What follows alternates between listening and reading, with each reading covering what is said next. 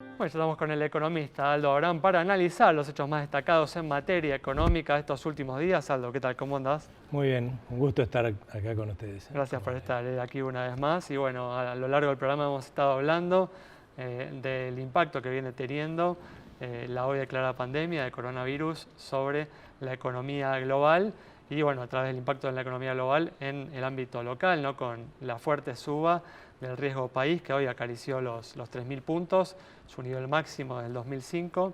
Así que bueno, ¿qué impacto estás esperando vos de toda esta situación internacional en la economía local?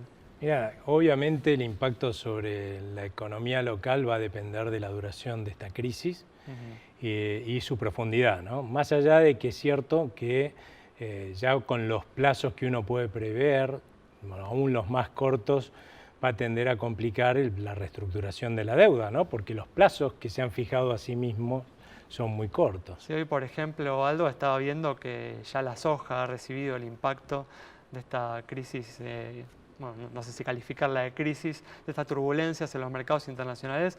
La soja perdió $20 la tonelada, ¿no? En estos últimos días, Sí. o alrededor de ese valor. Sí, ahí está el punto, ¿no? Si la podés llamar crisis o qué, o turbulencias, ¿no?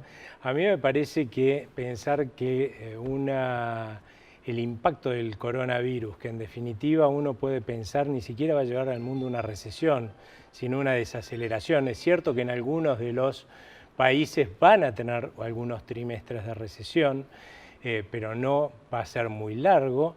Eso justifica semejante destrucción de valor, como comentaban hace un rato, en términos de lo que vale una acción. En definitiva, uno cotiza una acción por los próximos, no sé, muchísimos años, Tal y cual. no por los próximos 3 trimestres, que puede durar una recesión en un país o una desaceleración en el mundo. Entonces, uno debería preguntarse si no hay otra cosa que nos estamos perdiendo de vista. Por ejemplo, una burbuja, la explosión de una burbuja. Yo creo que lo que está pasando en el mundo tiene altas probabilidades de ser que, igual que pasó en 2001, a partir de 2001, la Reserva Federal lideró al resto de los bancos centrales de los países desarrollados en una fiesta de emisión, de generar liquidez, lo cual hizo que se formara una burbuja. Una burbuja puede estallar como estalló en 2007-2008 porque le inflaron tanto a esa burbuja que termina estallando por su madurez, o puede estallar porque alguien termina pinchando esa burbuja que está en formación, ¿no? Y ahí uno podría imaginarse, para que la gente lo entienda, me empiezo a inflar un globito, ¿no? Empiezo a inflarlo y al principio lo pincho con un escarbadiente, no pasa nada, ¿no? Pero va a llegar un momento en que si lo inflo lo suficiente a ese globo, a pesar de que no esté lo suficientemente inflado para estallar por sí solo, lo voy a pinchar con el escarbadiente y va a terminar estallando. Yo creo que es muy probable que estemos en esa instancia. El coronavirus haya sido solamente lo que pinchó esta burbuja que estaba en formación, lo cual sería más grave que simplemente unas turbulencias, porque nos llevaría a un escenario mucho más parecido al de 2007-2008, o sea, una crisis más prolongada y más profunda, y eso tiene un impacto económico en todos los países, no solamente en la Argentina, mucho más fuerte. Bueno, ahora volviendo, ¿no?, al impacto sobre la Argentina, obviamente que va a depender de la magnitud que tenga finalmente esto que estamos viendo, ¿no? Pero o sea, planteame los distintos escenarios que estás viendo, ¿no? Mira, yo apuntaría, porque claramente una crisis como la del 2007-2008 va a complicar muchísimo esta reestructuración de deuda y va a complicar muchísimo las expectativas de la Argentina. Yo no soy de los que piensan que esto favorece la negociación, sino que al contrario genera más incertidumbre, entorpece la negociación, Bueno, ¿no? hablábamos justamente hace unos minutos de la posibilidad, ¿no?, de que estos precios muy bajos de los activos argentinos le abran la puerta a los fondos buitre, ¿no?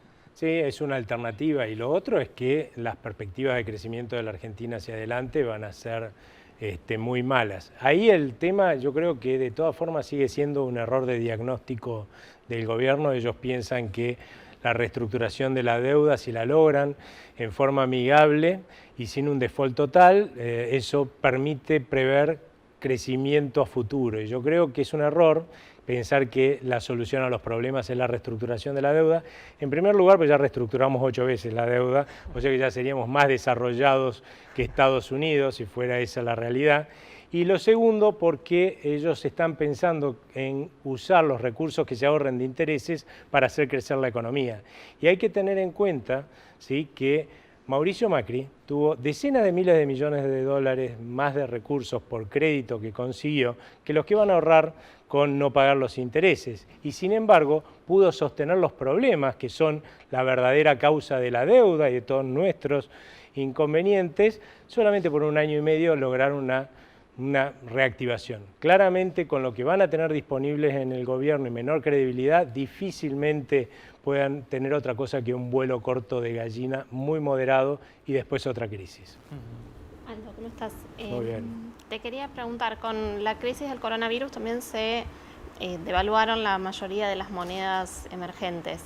Argentina dejó de a poquito ir corriendo el dólar oficial, pero muy poco. ¿Cómo impacta esto respecto de la competitividad y del tipo de cambio bilateral, multilateral para los próximos meses?